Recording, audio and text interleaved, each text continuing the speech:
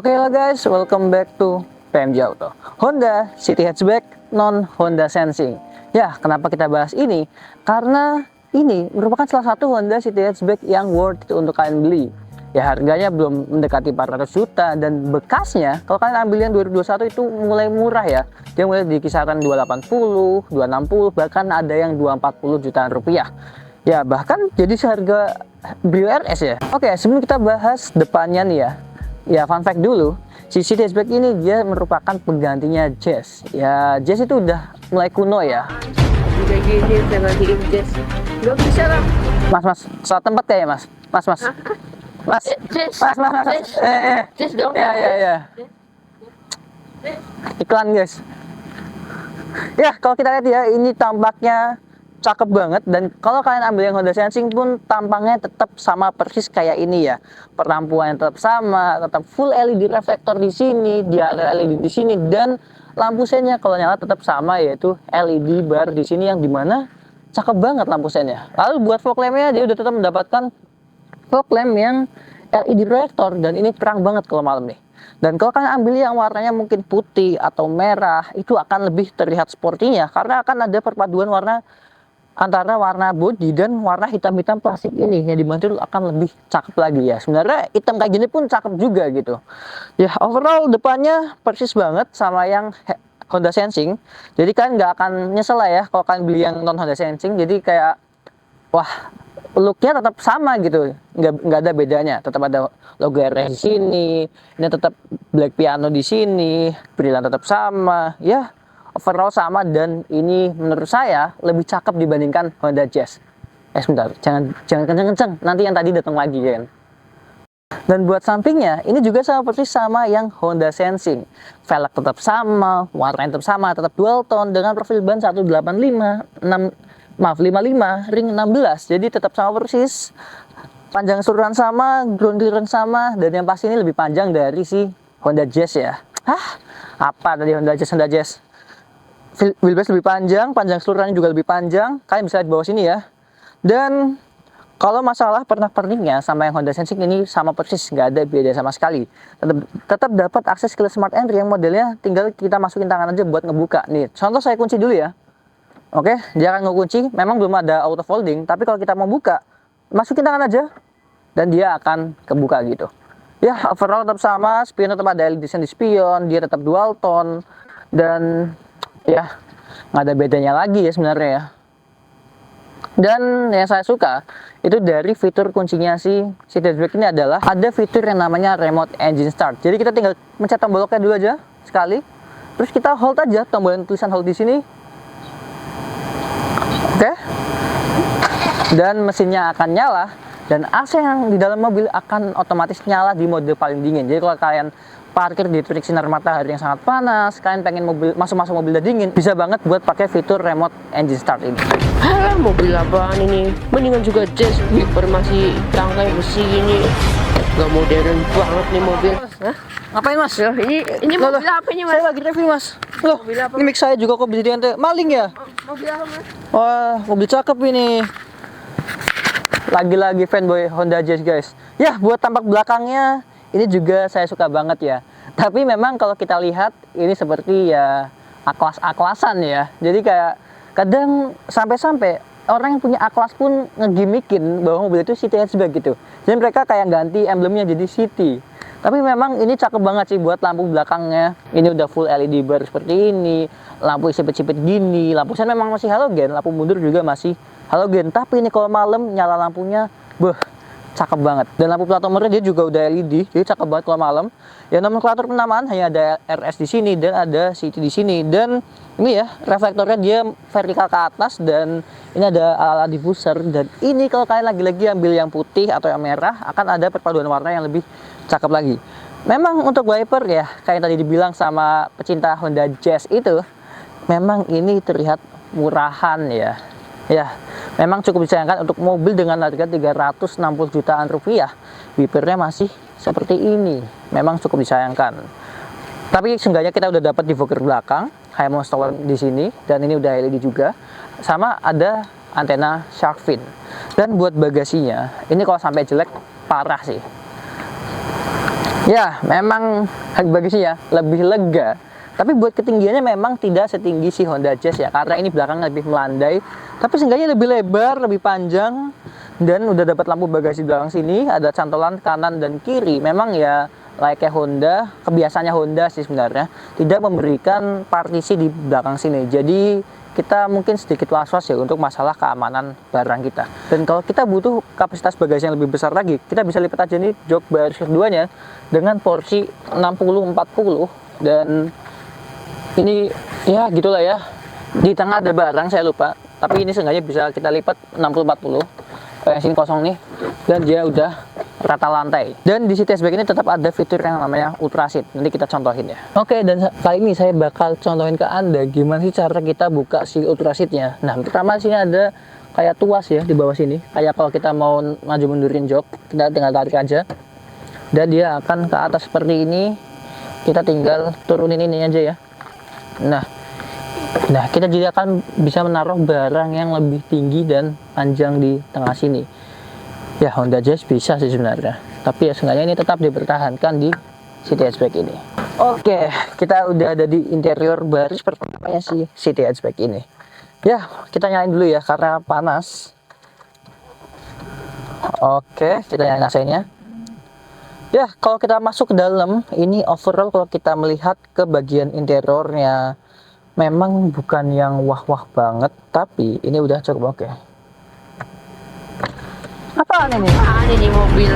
Gak bagus gini kok, jangan dibeli ya. Emang fanboy Honda Jazz nih ganggu ya guys.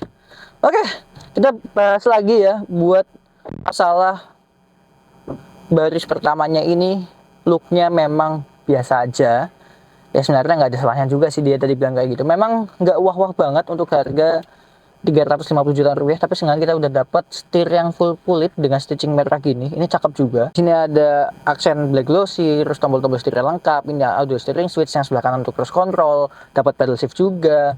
Headlamp memang belum auto, wiper juga belum auto. Memang cukup disayangkan, tapi seenggaknya udah ada engine start stopnya. Dan ini kalau kita mau nyalain mesin, ini cakep banget, dia kayak heartbreak gitu. Jadi kayak detak jantung, cakep banget nyalanya.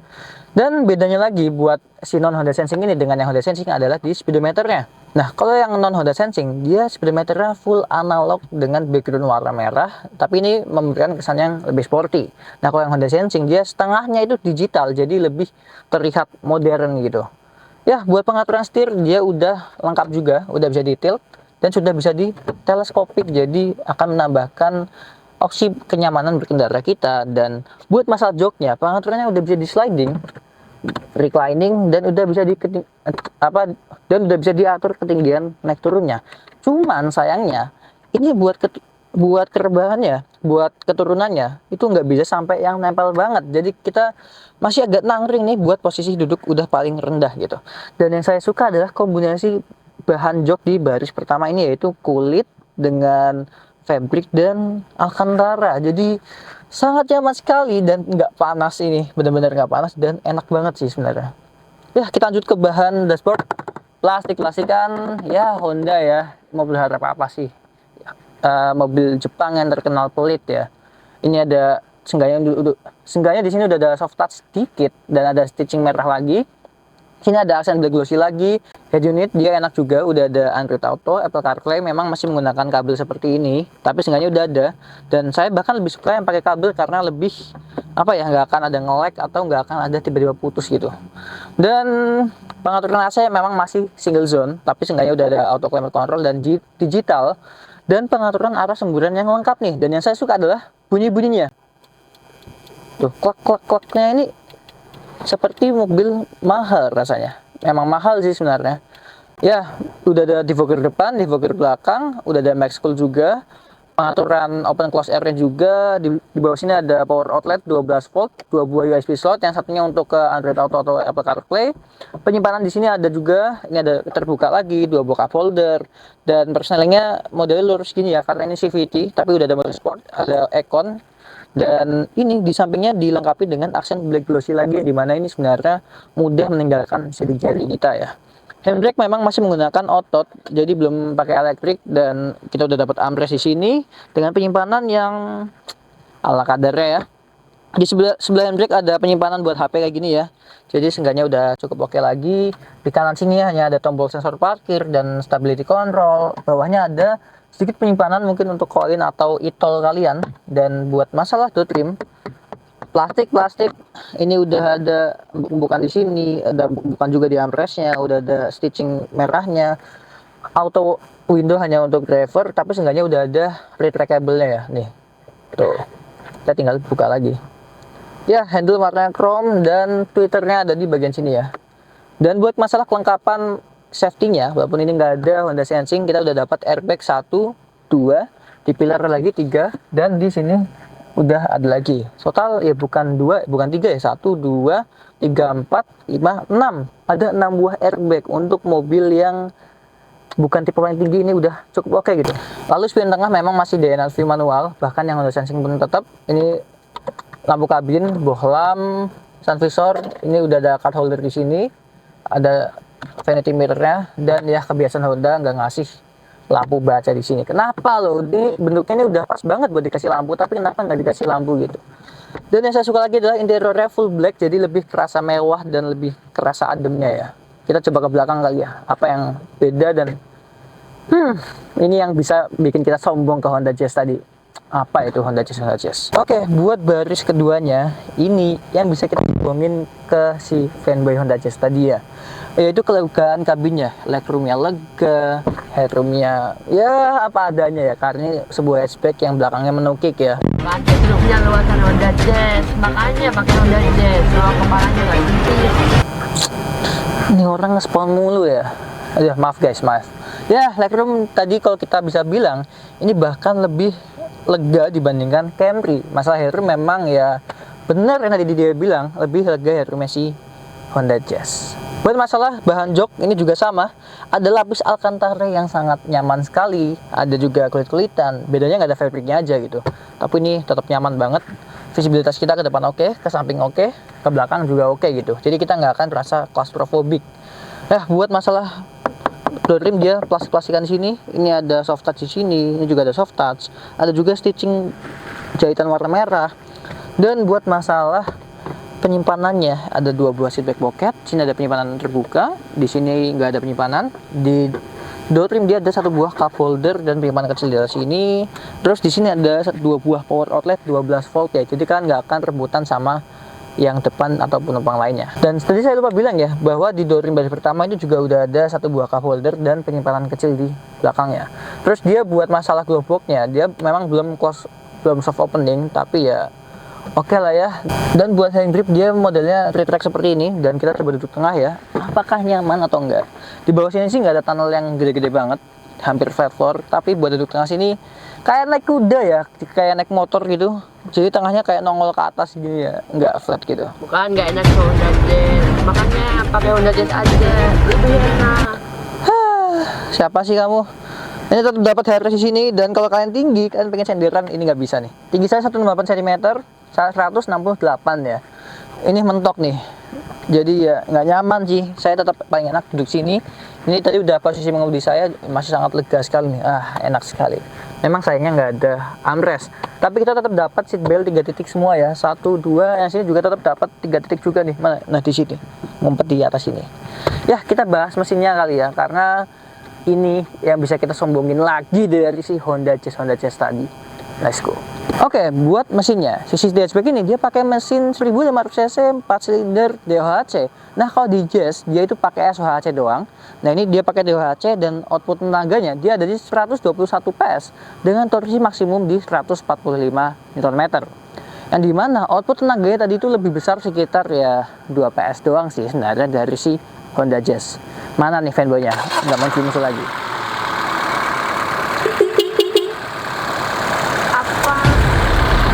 Apaan coba? Narasinya lambat ini mobil. DOHC buat apa coba? Daripada Honda Jazz, SOHC. Tapi lebih kencang. Iritan mana, bos? Nggak peduli, yang penting kencang. Ya, kita lanjut lagi mesinnya. Dia pakai transmisi CVT yang dimana itu lebih irit lagi, dan penggeraknya penggerak roda depan. Jadi ya akan lebih enak buat kita bawa dalam kota. Memang untuk kap mesin belum dicat, tapi kita udah dapat peredam. Dan kap mesin ini ruangnya masih lega sekali, jadi kalian kalau pengen modif mesinnya ini masih banyak ruang yang tersedia gitu. Ya kita langsung aja bawa jalan kali ya, biar lebih ngerasain sih gimana rasanya si city hatchback ini.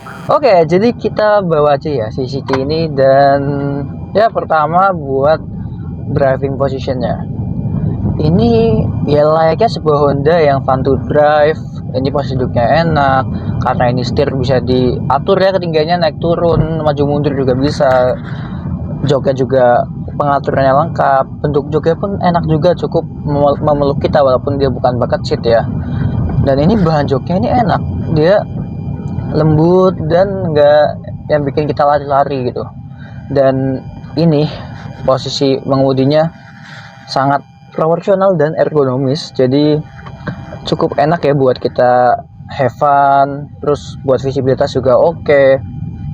Dia udah nggak pakai apa ya model-model segitiga kayak yang di Honda Jazz. Kalau Honda Jazz kan dia ada tambahan kaca kecil di situ. Nah kalau ini enggak, tapi pilarnya nih udah ditarik sedikit maju, dan itu kenapa gitu? Karena spionnya sekarang dibikin agak mundur lagi. Jadi untuk menggantikan apa ya, kemudahan kita melihat ke samping itu. Kalau di Jazz kan pakai kaca kecil. Nah kalau ini kita tetap enak ya, blind spotnya tetap kecil, dan ini dibandingkan Jazz kita merasa lebih apa ya, merasa lebih sporty karena dia ini lebih landai dan kita lebih napak ke jalan gitu rasanya. Ya karena kalau Jazz kita tahu sendiri dia kan lebih mengkotak ya mobilnya. Kalau ini enggak, ini dia lebih apa, lebih lancip-lancip gitu, dan lebih pipih sih mobilnya kalau ini. Dan buat masalah kegedapan kabinnya, overall ini untuk sebuah Honda improve untuk di City ini ya, cukup oke. Ini kalau kita buka dan kalau kita tutup, itulah dia perbedaan dari kegedapan kabinnya. Dan buat masalah road noise-nya sendiri, kita udah sempat bawa mobil ini di tol, dan road noise-nya enggak yang begitu masuk banget sih. Jadi di Honda City ini dia udah lebih improve lagi buat masalah kegedapannya, apalagi road noise yang banyak banget orang masalahin ya di mobil-mobil Honda. Nah ini lebih oke lagi ya dibandingkan, bahkan kalau kita sempat coba SL7 itu lebih enak, lebih kedap road noise-nya si City Hatchback ini. Dan buat masalah bantingan suspensinya sendiri, si City Hatchback ini dia memiliki bantingan suspensi yang cenderung keempuk ya. Kalau Honda kan kita lebih awamnya tuh Honda itu lumayan keras. Nah tapi kalau di City Hatchback ini dia cenderung lebih empuk, tapi empuknya yang nggak sampai bikin limbung. Jadi tetap fun to drive, tetap enak buat dibawa belok-belok gitu. Jadi cukup oke sih, walaupun dia walaupun dia cukup empuk buat masalah suspensinya.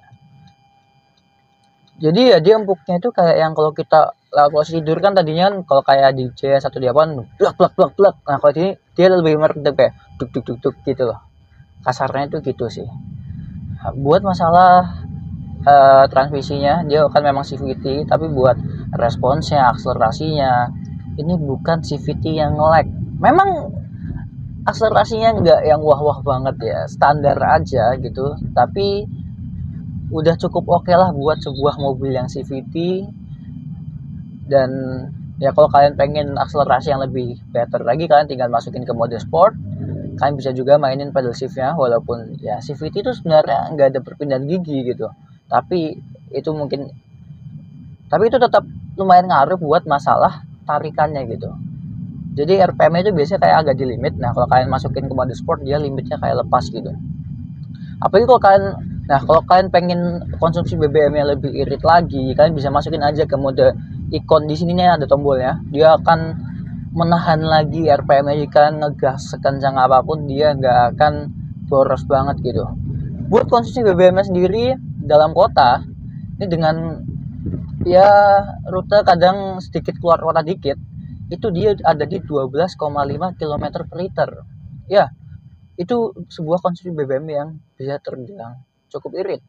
Buat luar kotanya sendiri, kita Bekasi ke Cirebon yang dimana itu sekitar 190 sampai 200 km bisa dapat 24 km per liter, dan itu sangat irit sekali. Itu kita dapat segitu bukan diirit-iritin nyupirnya ya. Itu rata-rata kecepatan di 100 km per jam, bahkan ya kadang nyentuh dikit 120. Itu kita tetap dapat konsumsi 24 km per liter. Padahal waktu kita di Cikampek itu dia lumayan padat dan kadang beberapa merayap, tapi kita tetap dapat konsumsi di 24 km per liter. Apalagi pas keluar Bekasi itu macetnya minta ampun gitu. Tapi kita tetap dapat konsumsi BBM yang sangat baik gitu. 24 km per liter, bayangin aja. Ya buat tadi ya bandingkan suspensinya dia enak, dan City ini kan dia sebagai pengganti dari Honda Jazz ya. Jadi buat kelegaan kabinnya ini oke. Ya, bahkan kalau kita bandingkan dengan Jazz, ini tuh lebih lega lagi. Kalau kalian duduk di baris kedua, ini tuh sisa legroomnya itu sangat oke ya. Kalian tadi mungkin juga udah lihat kan di waktu saya membahas full review full detailnya, kalian juga bisa lihat. Nah itu bahkan itu legroomnya itu lebih lega dibandingkan kalian menaiki Toyota Camry sekalipun gitu. Jadi ya oke lah buat kelegaan kabinnya, apalagi tetap dapat ultra seat. Jadi ya bisa dibilang cukup cocok lah buat menggantikan sebuah Honda Jazz. Memang mungkin ya legendnya Jazz tetap tidak bisa tergantikan ya, tapi buat apa yang dihadirkan itu udah cukup buat menggantikan si Jazz itu.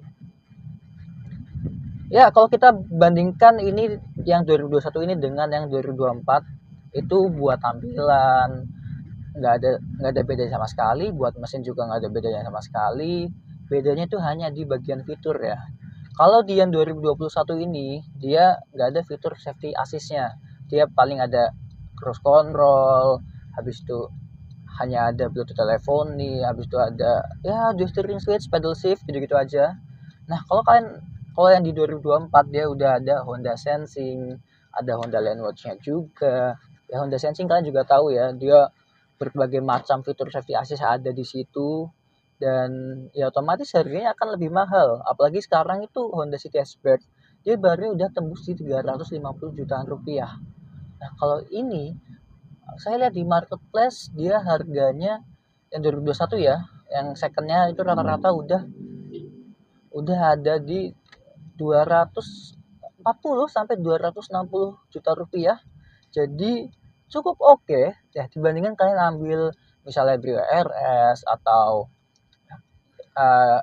Agya GR Sport yang dimana mereka tuh harga 240-an. Kalian mending ambil inilah, tinggal tombok dikit aja kan akan dapat mobil yang lebih nyaman, lebih oke, lebih futuristis, lebih cakep juga. Ya kalian gak akan rugi kalau ambil secondnya sih City Hatchback gitu loh. Buat bobot setirnya sendiri dia cukup oke ya. Jadi kalau kita kecepatan tinggi dia akan sedikit lebih berat, dan kalau kita kecepatan rendah dia akan ringan, bahkan pakai kelingking pun kadang bisa gitu. Dan yang saya suka dari City Hatchback ini, begitu kita jalan dalam kota, dia nggak ada bunyi rattle plastik-plastikan yang annoying gitu. Kadang kan kalau mobil yang belum mahal-mahal banget itu plastiknya sangat annoying ya. Jadi kalau lewat jalan beradakan dikit atau jalan kurang halus dikit itu langsung bunyi duduk-duduk tetek gitu. Ini nggak ada. Ini benar-benar senyap sekali buat masalah rattle-rattle dari plastiknya. Jadi finishingnya ini cukup oke loh untuk sebuah Honda. Memang kadang kalau kita ini kayak konsol tengah kita goyang-goyangin itu agak sedikit oblak, tapi ya oke lah. Seenggaknya kita nggak dapat bunyi-bunyi aneh itu tadi. Ya kita kena speed juga rasanya oke gitu ya. Dan mungkin itu aja ya video review kita kali ini tentang si City Hatchback 2021 ini, dan makasih banget buat teman-teman yang udah nonton video ini. Jangan lupa buat like, comment, share. Jangan lupa juga buat subscribe channel ini. Kunjungi juga sosial media kita ada Instagram, ada TikTok, nanti ada di bawah sini. Kunjungi juga website kita di www.pmjauto.com. Dan mungkin teman-teman ada saran dan kritik langsung komen aja di bawah. Dan gimana sih pendapat teman-teman tentang si City Hatchback ini? Tulis saja di kolom komentar, dan komen juga next kita enaknya review apa. Dan mungkin kalau teman-teman ada yang mobil pengen direview, komen aja di bawah. Saya Hanif, sampai ketemu di video-video selanjutnya. See you and goodbye.